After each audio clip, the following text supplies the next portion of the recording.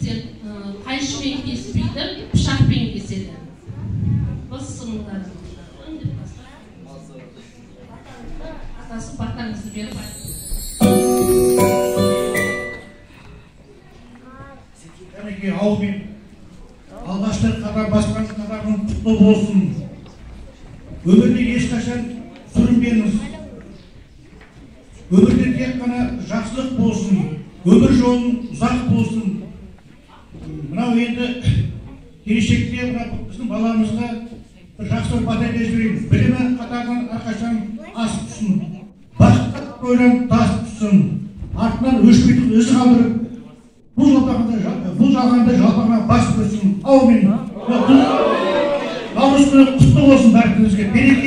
Береке болсын.